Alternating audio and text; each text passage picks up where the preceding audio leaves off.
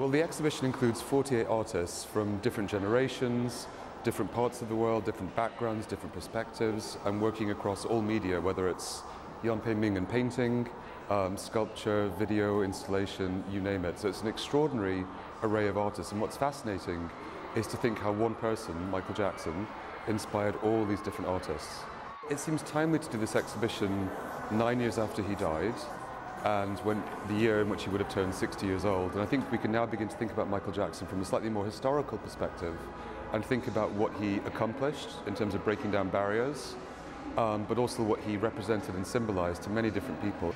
He has changed so much over the years that we all have our own idea of who Michael is, and it depends on how old we are, what generation we're from, that we fixate on that. So I wanted to represent him, I wanted to address that phenomenon by obscuring his face so that you'll have to evoke the image that you have of him, and that you'll think of him not as a celebrity, but as a man of color from African descent. I think Spike Lee has a very interesting take on him.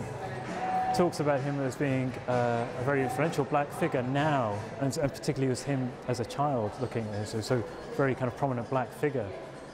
But because of his transforming nature of his own self and his own actual physical self through things, kind of almost went beyond that. He kind of went beyond gender and race almost, and in a strange kind of morphing through that process. And that's why the fascination, I think, for visually based artists to kind of keep looking at him as a figure.